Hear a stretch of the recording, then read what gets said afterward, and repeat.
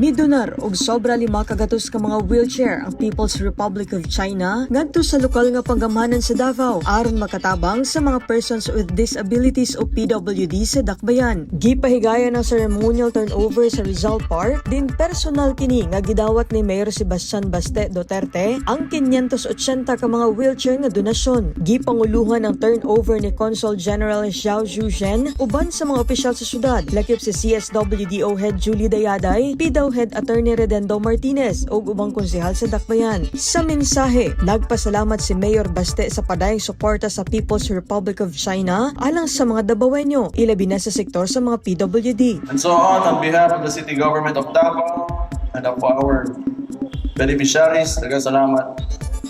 Thank you for sharing in our commitment to advocating for the rights and welfare of our Davaoenyo PWDs as valued community members who deserve equitable treatment and equal opportunities.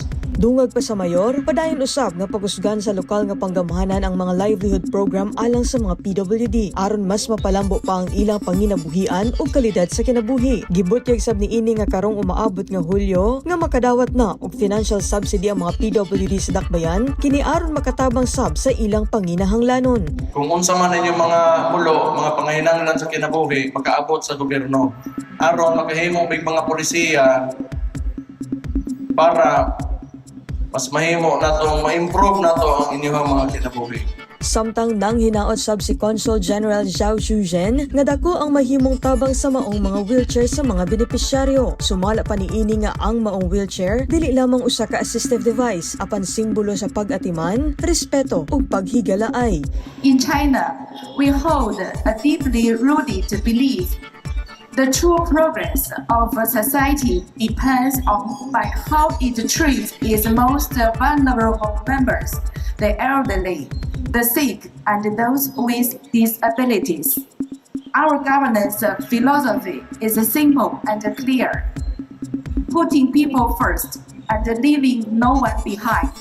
Usa sa mga nakadawat sa maong wheelchair ang 51 anyos nga si Ronaldo Permangil gikan sa Los Amigos ning Dakbayan. Sumala kaniya, 2 ka tuig na siyang nagpailawom sa dialysis nga nakaapekto sa iyang pananaw ug sa iyang tiil. Kauban ng iyang pamilya, mapasalamaton niyang gidawat ang wheelchair nga dugay na niyang gihandom nga maangkon. Pasalamat jud ko sa unang-una sa Ginoo kay dugay ra ginako gihandom ni nga maka-wheelchair jud ko kay kiniliging napiktahan akong mata ug ako ang tiil tungod sa dialysis. Pasalamat jud ko sa gobyerno nga naghatag sa mua sa labi na sa China nga moy ang Davao may napilian nila paghatag sa mua. Kami mga PWD dako kay pasalamat jud nga tagaan mi aning opportunity ha.